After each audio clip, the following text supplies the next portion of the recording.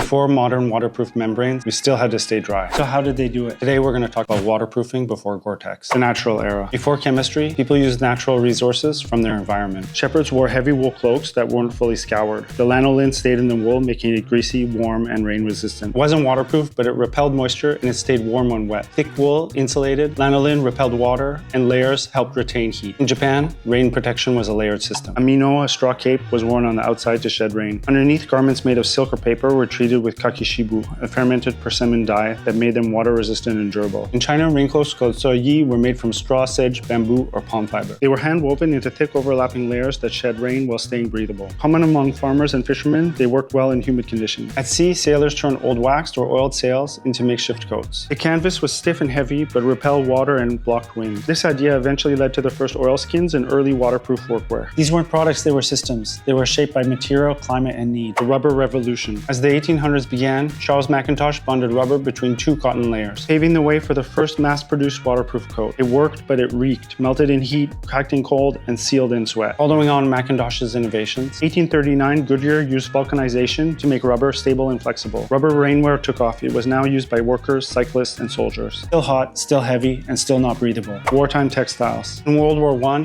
rainwear was rugged but still crude. Soldiers wore rubberized ponchos, waxed canvas coats, or multi-purpose ground sheets they could wrap around their bodies. But they were less than ideal. In cold conditions, they'd crack, and in heat, they'd stick to the skin. Burberry's gabardine trench coat offered some relief. It wasn't waterproof, but it breathed better and shed rain long enough to move. The synthetic era. Post-war rainwear went industrial. Synthetic fabrics were coated in PVC or polyurethane. Rain stayed out and sweat stayed in. And then in 1969, Bob Gore stretched PTFE into a microporous web, and the result was Gore-Tex, changing the way we think about waterproofing.